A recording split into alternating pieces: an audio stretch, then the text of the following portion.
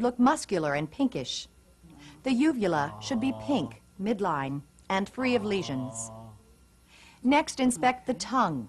The dorsal surface should be symmetrical and slightly rough, with a midline groove and small fissures. The ventral surface should be smooth and pink, with visible veins. Using a gauze pad, hold the patient's tongue to one side and palpate the floor of the mouth. You should feel no lumps or indurations. Next, ask the patient to stick out his tongue. It should be midline and free of tremors. Place the tongue blade at the side of the tongue and ask him to push it away. Tongue pressure should be equal on both sides. These actions test the hypoglossal nerve. Check the glossopharyngeal and vagus nerves by depressing the tongue and having the patient say, ah. The soft palate should rise symmetrically, and the uvula should stay in the midline position. Instruct the patient to say, ah, again, and assess the pharynx and tonsils. Their mucosa should be smooth and pink.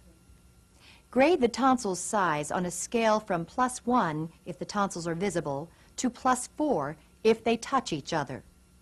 If the patient reported an impaired sense of taste during the health history, assess his facial and glossopharyngeal nerves by having him identify different flavors. Now tell me what you taste. Cinnamon. That's right. Lightly touch the back of his tongue with the tongue blade. He should gag. This test assesses the glossopharyngeal and vagus nerves. That's what it was supposed to do.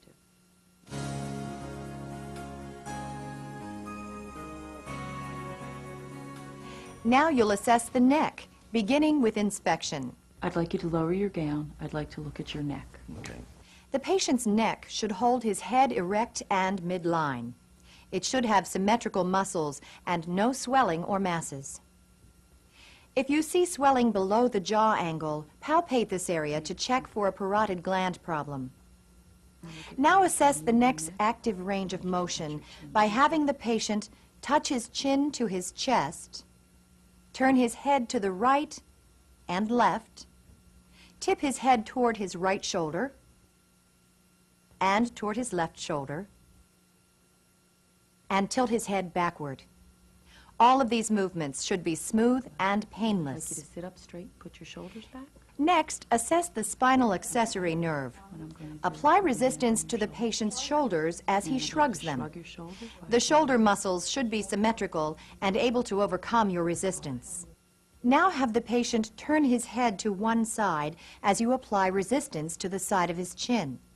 Then have him turn his head to the other side as you apply resistance to the opposite side of the chin.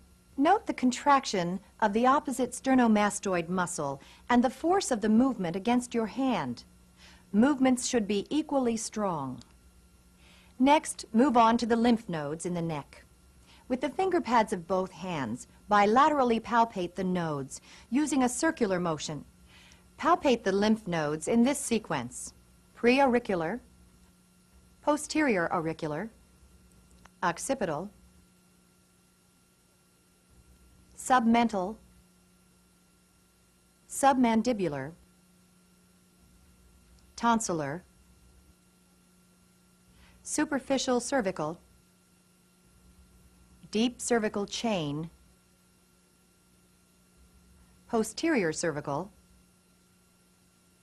and supraclavicular. Note the size, shape, consistency, mobility, and tenderness of the nodes. Be sure to compare one side to the other.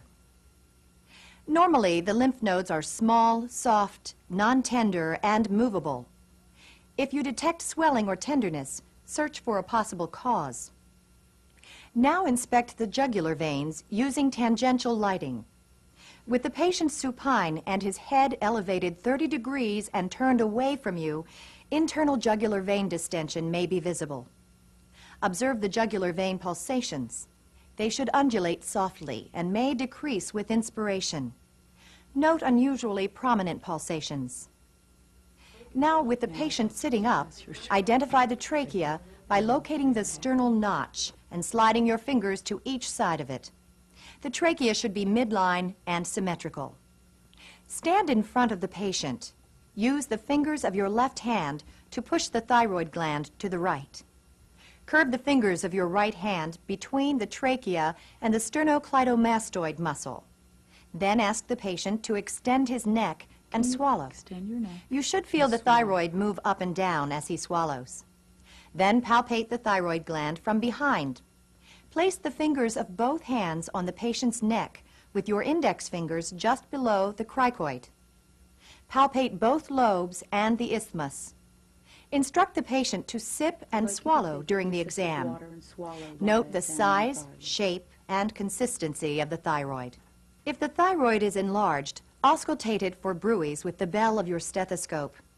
A bruit is a blowing sound caused by turbulent blood flow. Good, that was fine. Next, observe the carotid arteries Straight for ahead. visible pulsations. Gently palpate the carotid arteries using your index and middle fingers. Remember to palpate one carotid artery at a time. Otherwise, you could block blood flow to the brain. Don't press too hard over the carotid sinus area located higher in the neck because this could cause vagal stimulation, which could slow the patient's heart rate. Yeah, I'm going to listen to Next, have the patient take a deep breath and hold it as you listen to the carotid artery with the bell of your stethoscope. You should not hear a bruit.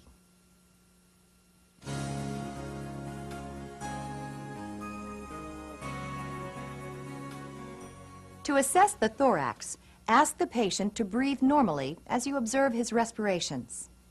Respirations should be regular and symmetrical, and the accessory muscles should not be used.